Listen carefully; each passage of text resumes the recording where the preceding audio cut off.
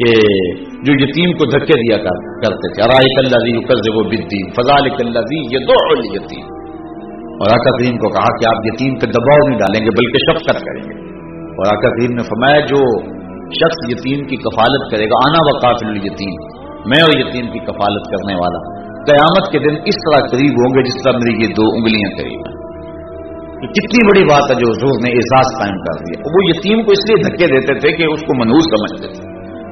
اب حضور کا ذرا دیکھیے انداز محبت۔ ایک غیر مسلم اسلام لاتا ہے تو بعد میں انٹرویو کیے جاتے ہیں کہ کون کون سی قدر اسلام کی ہے جس نے تمہیں متاثر کیا، تو اس سے پوچھا گیا کہ اسلام کی کس قدر نے تمہیں اسلام کے قریب کیا، تو اس نے جو جواب دیا اس نے کہا کہ سیرت کا ایک واقعہ میری ہدایت کا باعث بنا۔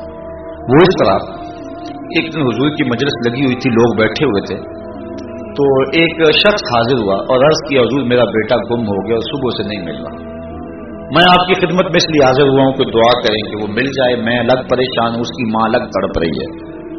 قبل اس سے کہ حضور دعا کے لیے ہاتھ اٹھاتے، مجلس کے دوسرے کونے میں ایک شخص اٹھ کے کھڑا ہو گیا جو ابھی آیا تھا، کہنے لگا حضور میں ابھی آیا ہوں، میں نے فلاں باغ میں اس کے بیٹے کو بچوں کے ساتھ کھیلتا ہوا دیکھا۔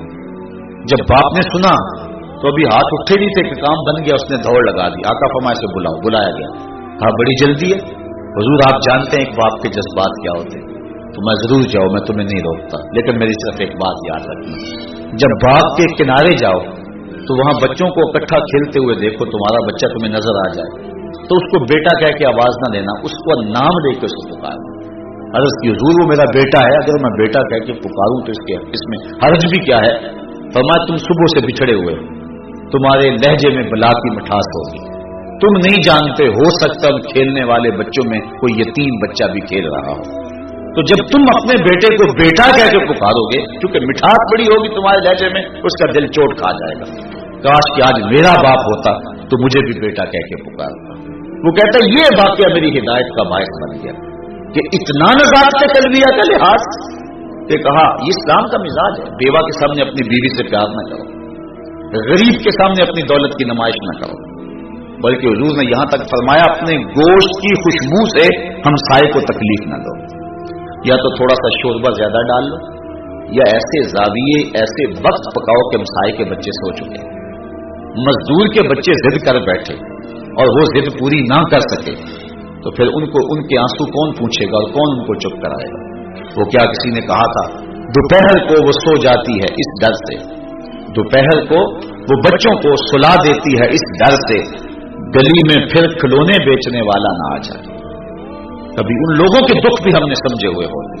ہماری حالت تو یہ ہے کہ ہمارے دیہاتوں میں رواج ہے کہ جب کوئی شخص اپنی بیٹی کو رخصت کرتا ہے تو اس کا جہیز چارپائیوں پہ بچھا دیتے ہیں اور پھر ایک بندے کو پیغام دیا جاتا ہے ایک عورت کو، جاؤ پوری بستی میں بتاؤ کہ ہماری بیٹی کا جہیز دیکھ جائے۔ اس کو ہم دیہاتی زبان کے اندر رسم وکالہ کہتے ہیں۔ دیا تو اپنی بیٹی کو ہے، لوگوں کو دکھلا رہے ہیں داد وصول کرنے کے لیے، تو بڑا جہاد کر دی، کمال ہو گیا۔ ہم نے تو داد دے دی، 4 دن تندوروں پر چوپالوں میں یہی بات ہوئی، لیکن یہ نہ سوچا کہ تمہاری بیٹی کا جہیز دیکھنے کے لیے بیوہ کی یہ 3 بچیاں بھی آئیں، اس مزدور کی بیٹیاں بھی آئیں جو بڑھاپے کے باوجود، کانپتے ہوئے بدن کے باوجود کلی والا ڈبہ اٹھا کے مزدوروں والے اڈے پہ جا کے بیٹھتا ہے اور بوڑھا سمجھ کے اسے کوئی قبول بھی نہیں کرتا، اور وہ کہتا ہے مجھے 10-20 روپے کم دے دینا، لیکن کوئی اسے قبول نہیں کرتا۔ جب دوپہر کو وہ اپنا سامان سمیٹ کے، دیسی کانڈی سمیٹ کے جب وہ واپس پلٹتا ہے تو کوئی جانتا ہے کہ اس کے قدم کتنے بوچھل ہوتے ہیں، جبکہ اب اپنی بیوی کو کہہ کے آیا تھا جو مزدوری ملے گی اس کا آٹا لے کر کے آؤں گا، گھر کی دہلیز عبور کرنا اس کے لیے پل سرات عبور کرنے کے مترادف ہوتا ہے، اور اندر کپڑے سی کے اور دیگر مزدوریاں کر کے اپنے جہیز کی تیاری کرنے والی بیٹیاں جب اپنے باپ کو یوں خالی آتے ہوئے دیکھتی ہیں تو جو کچوکے، جو زخم ان کے سینے پہ لگتے ہیں، لفظوں میں اس کو بیان نہیں کیا جا سکتا۔ تمہاری بیٹی کا جہیز دیکھنے کے لیے اس مزدور کی بیٹیاں بھی آئیں، تم نے تو داد وصول کر لی، لیکن جو زخم ان کے کلیجے پہ لگے اس کا مداوع کس کے پاس ہے؟ تارا ٹوٹتا سب نے دیکھا، یہ نہ دیکھا ایک نے بھی، کس کی آنکھ سے آنسو ٹپکا، کس کا سہارا چھوٹ گیا۔ تو اللہ نے اپنے محبوب کو کہا کہ محبوب فَأَمَّا الْيَتِيمَ فَلَا تَقْهَرْ، یتیم پر دباؤ نہیں ڈالنا ہے۔ علامہ اقبال انجمن حمایت اسلام، یہ جو لاہور کا یتیم خانہ دار شفقت، اس کے ایک سالانہ اجلاس کے اندر ایک نظم پڑی تھی، نالہ یتیم. اس میں یتیم کے دکھڑے بیان کرتے ہیں کہ جب چاند چڑھتا ہے عید کا تو سارے بچے چھتوں پہ چڑھ کے چاند دیکھتے ہیں، یتیم بچہ بھی چڑھتا ہے چھت پہ، اور جب واپس چاند نظر آتا ہے تو سارے اپنے ماں باپ کی باہوں میں جھولتے ہیں اور مبارکباد وصول کرتے ہیں. اور یتیم بچہ جب سیڑھیاں اترتا ہے تو اس کا استقبال کرنے والا کوئی نہیں ہوتا. اور پھر جو اس کی حالت ہوتی ہے، اقبال نے وہ حد کر دی اس کے جذبات کی عکاسی. بات لمبی ہوگی، آخر میں وہ کہتا ہے یتیم تیرے دکھوں کا سہارا کوئی نہیں، آج تجھے میں رسول اللہ کی چوکھٹ پہ لے چلا. تصور ہی تصور میں اسے حضور کے دربار میں لے جاتا ہے. اور آقا کریم علیہ السلام پھر امت سے مخاطب ہو کے کہتے ہیں، گر تم سمجھو تو 100 باتوں کی یہ ایک بات ہے، آبرو میری یتیمی کی تمہارے ہاتھ. یہ لفظ کہہ کے حضرت اقبال نے چندے کی اپیل کی تھی، لوگوں نے اپنی جیبیں الٹ دی تھی. تو غریب کا یتیم کا سہارا آمنا کا لال، اور اللہ نے اپنے محبوب کے دل کو گداز اور نرم بنایا ہوا تھا، اتنا نرم کہ زخم کسی کو ہو نبی بے چین ہو جاتا.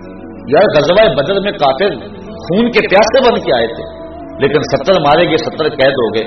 حضرت بلال کہتے ہیں حضور مسجد کے سین میں کبھی دائیں کبھی بائیں جا رہے ہیں. میں نے کہا اللہ جو ہے وہ میرے ماں باپ آپ پہ قربان ہو، کیا میں ماجرا ہے کہ آپ آرام نہیں فرما رہے؟ تو حضور نے فرمایا ان کی رسیاں سختی سے باندھ دی گئی ہیں، اس لیے مجھے نیند نہیں آ رہی.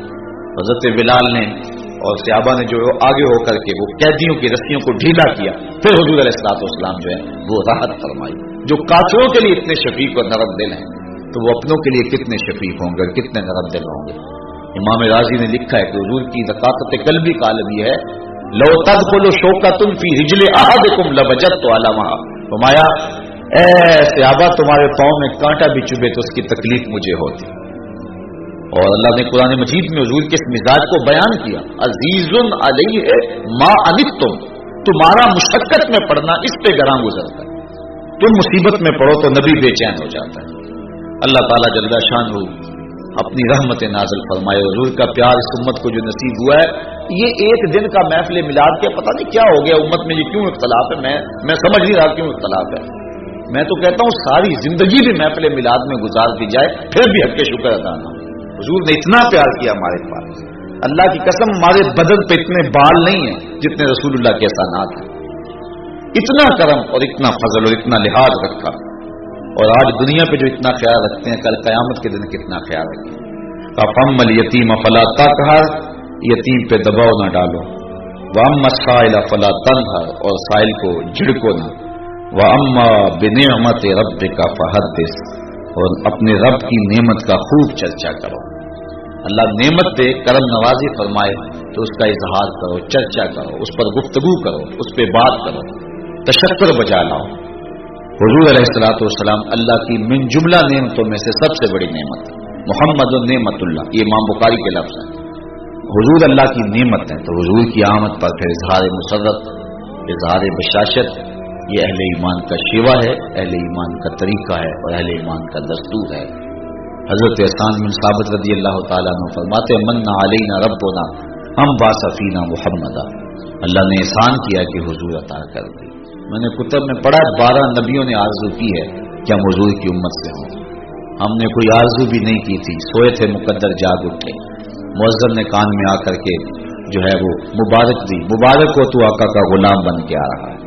وہ کیا کسی نے کہا تھا شاہوں سے ملا ہے نہ توگر سے ملا ہے، اللہ کا عرفان اسی در سے ملا ہے، اوروں کو ملا ہے تو مقدر سے ملا ہے، مجھ کو تو مقدر بھی تیرے در سے ملا ہے. نبیوں نے تذکرے کی. ابن ساکر نے، اللہ اس شخص کا بھلا کرے، اصل ہم تو شہد کھا لیتے ہیں نا، ہمیں نہیں پتا کہ مکھی کہاں کہاں سے رس چوستی ہے. میں نے کتب میں پڑھا کہ جب مکھی چلتی ہے نا تو 1000 کلومیٹر تک یہ جاتی ہے، 1000 کلومیٹر اتنی گولی کی طرح جا رہی ہے، اور وہاں سے رس چوسا اور پھر آئی اور چھتے میں رکھا، پھر چلی گئی، اور ایک مکھی نہیں ہزاروں مکھیاں، اور پھر جا کے شہد کشید ہوتا ہے. ہمیں تو آرام کے ساتھ مل جاتا ہے، لیکن یہ کتنے لاکھوں کلومیٹر کے سفر کا نتیجہ. یہ حدیثیں جو ہمارے پاس ہیں یہ تو ہمیں آسانی سے مل گئی، لیکن ان محدثین نے کتنی محنت کی. ابن اساکر کو ابن اساکر اسی لیے کہتے ہیں کہ وہ رہتا ہی لشکروں کے ساتھ ہے. جب کوئی لشکر راستہ ہوتا تو ابن اساکر بھی چلا جاتا. لوگ تلواریں تیز کر رہے ہوتے، یہ لوگوں سے پوچھتا ہوتا یار تم نے حضور کا کوئی فرمان تو نہیں سنا؟